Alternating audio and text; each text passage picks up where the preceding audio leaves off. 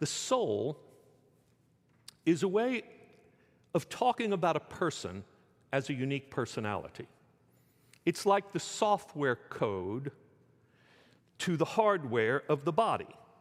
You need the latter in order for the former to make sense. We are all, from the time of our first breath, ensouled bodies and embodied souls. We need something like a body to be something like a person, both in this life and the next. The body that is perishable now will be raised imperishable then. This is our hope. We are not escaping our bodies at the time of our death.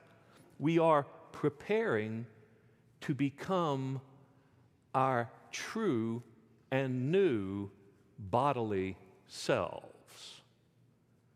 Jesus' resurrection gives us this hope. In this life alone, we do not hope. Here we see at the end only what's left of our lifeless bodies. But our hope is in becoming like Christ, who was raised in new bodily form. But this leads to something else we need to hear that makes sense of all of this. And Paul says that the backdrop of Christ's resurrection, the only way this makes sense, the logic of it, is the hope of a future promised general resurrection of the dead for all. He compares it to a harvest at the end, where Christ is actually the first fruits of the harvest, the first fruits of many that are to come, and we are to be part of that part that is to come. But it's not just individuals that will be raised, the world itself will be raised. The word for resurrection can also be translated uprising. The future resurrection of all things and all people is the final act of God to set things right. The idea of a future resurrection developed among some Jews who came to believe in it. By the way, never say all Jews. All Jews don't believe the same things, and all Christians don't believe the same things, right? But some Jews came to believe in a future resurrection of the dead as a way for God to ensure that justice is done in the end, since it doesn't seem to prevail in this life. There will be, in this hope, a future uprising of the righteousness of God that will overrule the dominion of death. And this is our grandest hope. In the Netflix movie Munich, The Edge of War, two former classmates in Oxford find themselves on opposite sides. One in England is working for the Prime Minister, Neville Chamberlain, and the other, the fictional character, also fictional, Paul von Hartmann, who finds himself in Hitler's inner circle. Well, von Hartmann comes to realize that Hitler is a monster with the intent of conquering all of Europe at the expense of millions of innocent lives, and he determines that he must act and decides that he will take matters into his own hands, killing Hitler and thwarting further evil. Leggett tries to dissuade him at the critical moment, telling him there's always hope, to which von Hartmann responds, hoping is waiting for someone else to do it. We'd all be much better off without it.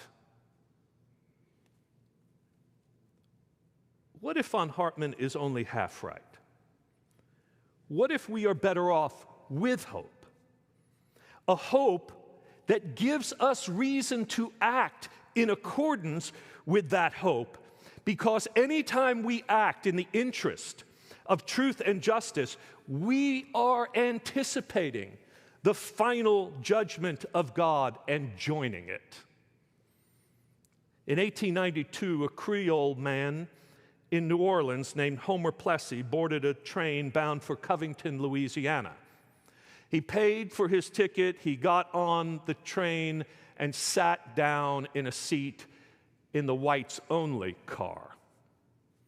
He was asked to get up and move to the coloreds car, as they called it then, which was, of course, the product of that terrible period after Reconstruction had failed in the South and local laws of segregation had entered. He refused, and he was brought to trial. The Honorable Judge John Ferguson ruled that he had to, in fact, oblige the law. 4 years later, the infamous Plessy versus Ferguson Supreme Court decision led to more than half a century of devastating Jim Crow laws that enfranchised racial discrimination in the name of the separate but equal doctrine, which never really was separate and equal, you understand. Well, a sign of resurrection has burst forth among us in recent times. After meeting through a mutual friend, and Keith Weldon Medley, the author of the book We as Free Men, Plessy v. Ferguson, Keith Plessy and Phoebe Ferguson, heirs of that Plessy and Ferguson, have formed a foundation now called the Plessy and Ferguson Foundation. They are determined to change a versus sign to an ampersand sign, the against to an and, right? And they go about now reversing this deadly legacy of segregation by promoting a true vision of equality in our society and real democracy. All such acts, I tell you, in this world are in a way reverberations of Christ's resurrection and anticipations of the resurrection at the end of time. This is the true hope that spans the grave and is at home in time and eternity both. This is the hope that abides. Hope isn't something that comes and goes.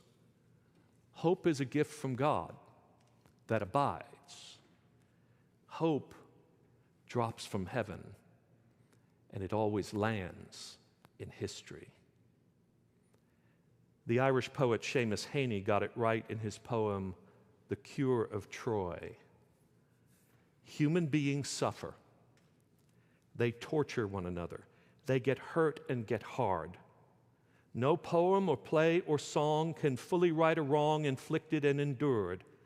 History says, don't hope on this side of the grave.